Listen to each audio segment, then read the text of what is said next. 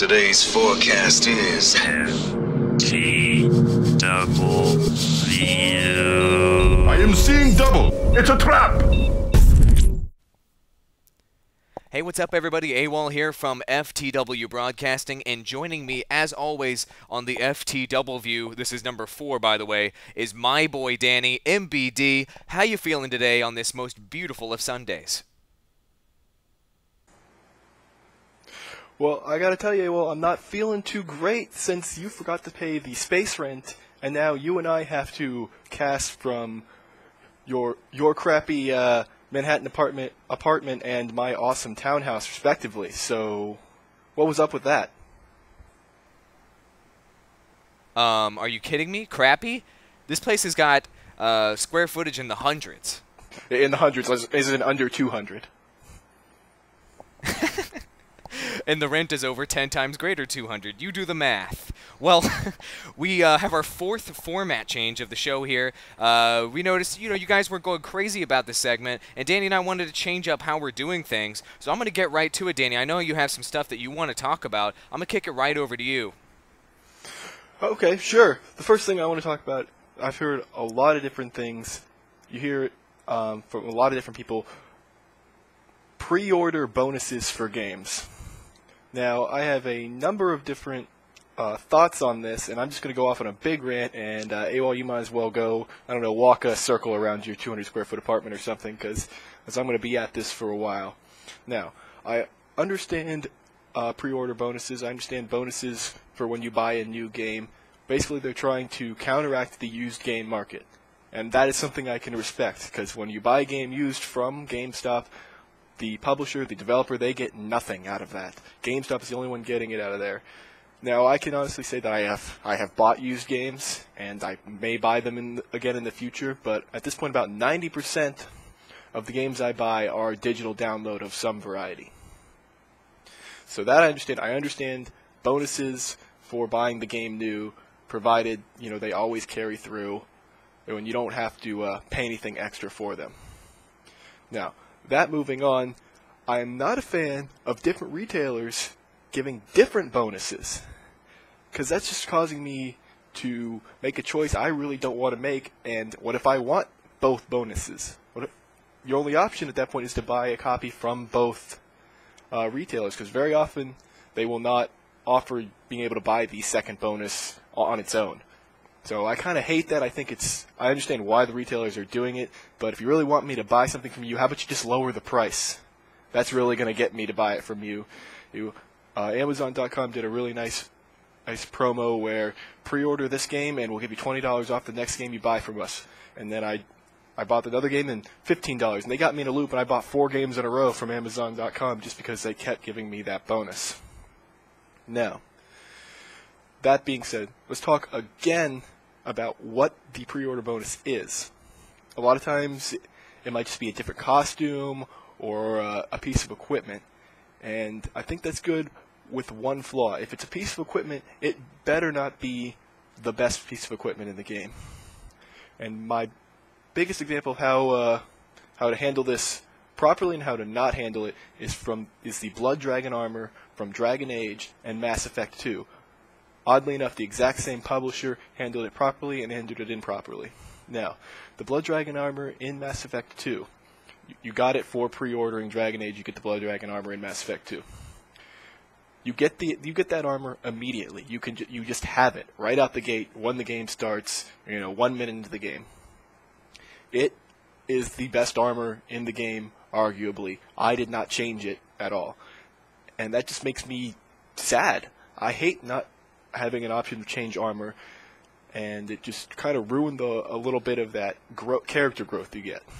Now, on the same vein, in Dragon Age 2, it is not the best armor in the game. It's really close, and I used it for a lot, but you actually have to buy it at some point. You have to earn up the gold to buy it. So I probably didn't have it till about the midway point of the game, so it actually felt like you were growing your character, so it didn't affect that. So I think same developer, 2 different games, the right way and the wrong way to handle it.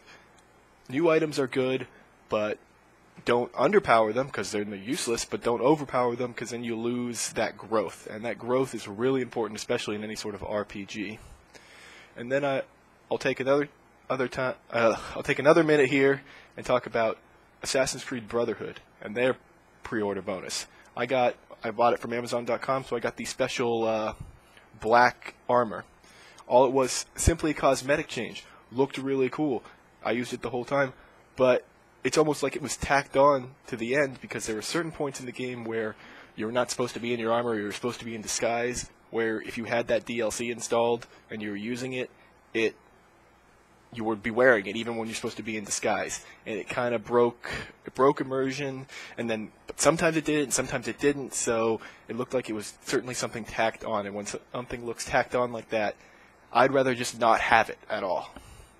So, that being said, I think we're going to see less and less of these pre-order issues as time goes by, and as slowly as the retail store vanishes, because with things like Steam and just digital distribution in general taking over, we won't have to worry. So developers, take note, make sure, try to balance that DLC, try to offer us something, something special, maybe something that doesn't break the game in a way, but that everyone can get on the day one.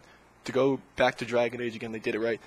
They had some pre-order DLC, the extra characters, some extra quests, boom, just some extra content, doesn't break the game at all, adds extra to it, it gives you a reason to buy the game new. And that was a mouthful. And I think I'm just going to take a break here, take a drink from my FTW mug here, and let AWOL talk about something. Alright, thanks, Danny. I gotta say, I liked your points that you made there, and my feelings on pre-order. If I'm going to pre-order a game, I'm going to pre-order it regardless of whether there's a bonus or not. That's the way I work. And if there happens to be a bonus, cool. And personally, little cosmetic things I think are the appropriate bonus, as long as, yeah, it doesn't break in-game immersion. The one for some reason that's coming to mind is Pirates of the Burning Sea. They give you like a little parrot that sits on your shoulder all the time. I felt like that was a great pre-order bonus. You're a pirate, you get a parrot on your shoulder, doesn't affect in-game play at all, and it's not going to ruin your character development as you move along. That armor thing sounds kind of rough. I'm going to roll right into the topics I want to talk about. I've been kind of dying to talk about this, and Starcraft 2 commentators. Now, much like you guys watching our channel, pretty much all of our fans on our channel are Starcraft fans. And I spend most of my time when I get home from work watching Starcraft 2 commentary.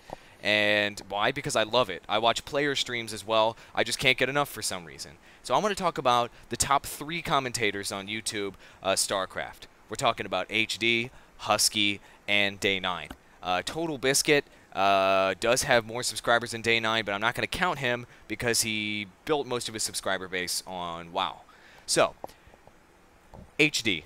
I'm going to start with him. I feel like he's a rock-solid commentator. He is actually a Masters level player, which is definitely respected by his subscriber base. He's starting to fall behind Husky in viewership, and I'm going to talk about Husky here in a minute. He's starting to fall behind because he's really just staying a pure caster. He's organizing his own tournaments and that sort of thing, and really sticking to what he's good at. He's not really doing the real-life videos. He's not trying to do showy music videos or anything like that. He's just sticking to casting, and I really enjoy watching him.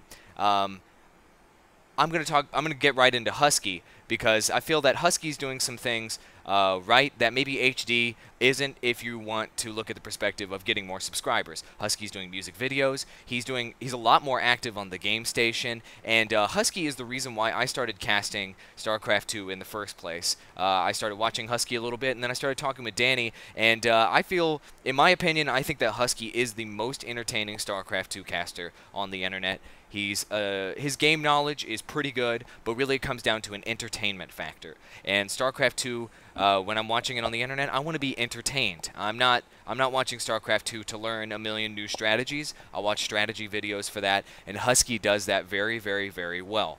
And speaking of strategy videos, Day 9, in my opinion, is the best at doing strategy videos, at breaking things down. And Day 9's programming is amazing. He's got his Newbie Tuesdays, his Fun Day Mondays, and also he breaks down all of those replays very, very effectively. And for some reason, I can watch Day 9 cast for over an hour. I can watch him talk about one replay for over an hour just because of the passion that he has for the game. And I feel like that's what really propels these top 3 commentators into the top. You can tell all 3 of these guys are very, very passionate about commentary. Now, this sort of leads me into my next point. These commentators are sort of the face of StarCraft 2 for the English-speaking market. And to me, that's interesting because they're not the professional players. Oh, well, Day 9. Okay, Day 9 is a professional player, but he's not one of the top professional players at this time. And the reason... I've got a couple theories as to why this is. You know, normal sports, Michael Jordan, Tiger Woods, those are the guys that are popular. It's not the guys on ESPN casting these gentlemen. It's the actual players themselves. And I think that's because esports is fairly new to the English-speaking market. And as it progresses over time, I feel that the players are going to get more face time. They're going to get a lot more popular. But in the meantime, the casters are what everybody sees. They're what everybody hears. And they're the personalities that we're all able to associate with. Like, for example, Spinichiwa or Huck. You see some interviews with these guys every now and then, and you get to know their personality a little bit, but you don't see hundreds of videos of them cracking jokes. You aren't really following them on Facebook and Twitter, even though you might be. Most people are following the casters. And I feel like this has to do a lot with English-speaking countries in general and our culture. We like heroes and we like celebrities, and whoever's in our face, whoever's on camera the most becomes the most popular. I mean, take a look at reality shows, the Jersey Shore and stuff like that. And so I think this is going to change over time, and it's going to become more like it is in Korea, where the players are superstars. But I think it's going to take about 5 to 10 years. And that was pretty much about all I wanted to say about commentators right now. I gotta say, my favorite caster is Husky. My second favorite is Total Biscuit. Those are the 2 guys I watch the most on YouTube. And Danny, who's your favorite? I think you mentioned it was HD one time. Yes, I did mention it was HD, and it is HD, and I like him because his straightforward style, just pure knowledge, just no gimmicks. If I want to watch a StarCraft 2 game commentated, that's what I want to watch, and that's where I go. And the other casters, they're there for all sorts of other stuff, and I do enjoy them for that reason. I want to touch on what you talked about, how the casters are the kind of the face of the game as opposed to the actual players, and you made a lot of good points, and you're right on a lot of them, and I think part of that is that when you see a game of StarCraft 2, the average person just sees a game of StarCraft 2. You don't see the person playing. You don't see them except for some very different streams, or you might see like them sitting there, or in Korea where they'll have the big stadiums. And part of that also, along with that, is there's not. Yes, there's a GSL, but there's not an NFL, there's not an NBA. This is where the StarCraft 2 players go. This is where the Dota players go, all around. Basically, they jump around to all these different tournaments because there is no big pro scene.